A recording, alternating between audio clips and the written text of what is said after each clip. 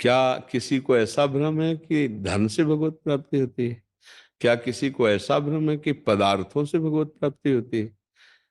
भगवत प्राप्ति तो भगवान की चाह करने से होती है, और वो चाह प्रकट होती है नाम जप से। नाम जप के बिना भगवत प्राप्ति की चाह प्रकट नहीं होती।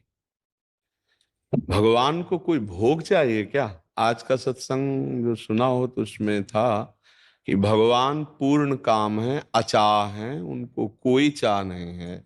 भगवान के भक्त अचाह हो जाते हैं, जाए न चाहे कबों कुछ तुम संसार सने। फिर भगवान में चाह कैसे होती?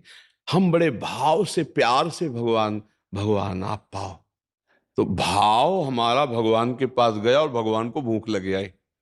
भगवान को जो भूख लगती है वो काहे की? भाव का भूखा हूं मैं। भगवान कह रहे भाव का भूखा हूं मैं। तो भाव तो बिना पदार्थ के भी हो सकते हैं। भाव में हम कढ़ी चावल फुल्का गुझिया जलेबी रसगुल्ला विविध प्रकार और भगवान को अर्पित करे, लग गया, उसे मानसिक सेवा कहते हैं। बिना पदार्थ के भगवान का भोग भाव पूर्वक लग सकता है, लेकिन पदार्थ है और भाव नहीं तो भोग नहीं लगेगा। अच्छा, धन से भगवान को कैसे प्राप्त किया जा सकता है? मुझे तो समझ में नहीं आया आज तक। क्योंकि सोने का एक पहाड़ है जिसमें 4 लाख योजन है। एक योजन का मतलब होता है 4 कोस। 4 लाख योजन का पहाड़ है एक सोने का। ऐसे भगवान को 10-20 किलो 100 किलो 500 किलो सोना दे दोगे तो भगवान मिल जाएंगे क्या? मेरी तो समझ में नहीं आता। हीरे जवाहरात यहाँ पृथ्वी में निकलते नहीं निकलते? कोयले की खानों में हीरा नहीं निकलते? बहुत सी ऐसी, जैसे पीली मिट्टी लाल मिट्टी, ऐसे अष्ट धातुएं पृथ्वी में दबी हुई। यार उनकी माया में इतनी सामग्री है, तो 100-200 किलो चांदी सोना देने से भगवान मिल जाए ऐसा तो नहीं। तो सब ये खरीद लेते, भगवान को नहीं खरीद लेते। भगवान इन्हीं के घर में बैठे रहते, बड़े बड़े लोगों के। गरीबों के आवाज तक कभी मिले तो मुझे लगता है गरीबों में कोई मिले। गरीब का मतलब जो दैन्य हो गया है और भगवान को अपना सर्वस्व मानता है। तो ये जो आपका प्रश्न कि धन ना होने पर, ये जो आपका प्रश्न सामग्री व्यवस्था ना होने पर, अब तीसरा शरीर आता है कि शरीर अस्वस्थ होने पर। तो राधा राधा बोलने में कोई परेशानी? जैसे शरीर अस्वस्थ होता तो दवा तो खाते ही हो। तो जासु नाम भव भेषज हरनि घोर त्रयशूल। जिसका नाम तीनों तापों का, दैहिक दैविक भौतिक तापों का नाश करता है, और जो भवरोग की अचूक औषधि है वो है भगवान का नाम। तो हम हरि हरि राम राम कृष्ण कृष्ण राधा राधा रट रहे, और इसी से भगवत प्राप्ति हो जाती है। तो हमें लगता है कि ऐसा भी ना निगेटिव सोचे कि शरीर बीमार हो गया तो भगवत प्राप्ति नहीं होगी।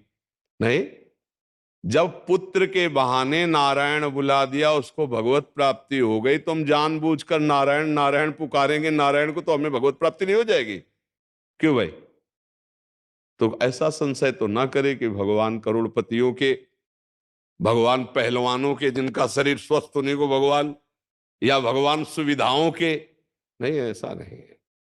भगवान प्रेमियों के, जिसने भगवान से प्रेम किया वो कोई भी हो, भगवान उनको प्राप्त हो गए। प्रेम प्रकट होता है नाम से, भजन से प्रेम प्रकट होता है।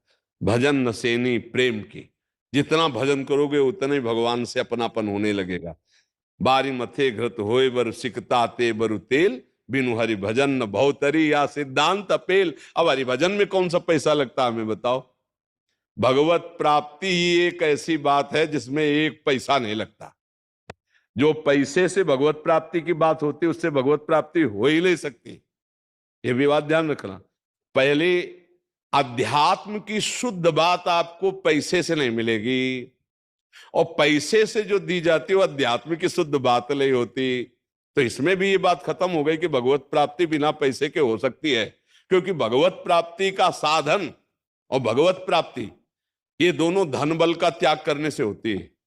सुनेरी मैंने निर्बल के बल राम, अपबल तपबल और बाहुबल, चौथो बल है दाम। सूर किशोर कृपा ते सब बल हारे को हरिनाम। बढ़िया अवसर है, हारे हुए हो, ना तुम्हारे पास धन का गर्व है, ना शरीर का गर्व है, ना व्यवस्था का गर्व है, तो यही दरबार दीन को आदर रीति सदा चले आई। हे नाथ मुझ अधम को स्वीकार करो, राधा राधा राधा कृष्ण कृष्ण कृष्ण, भगवत प्राप्ति पक्का हो जाएगी।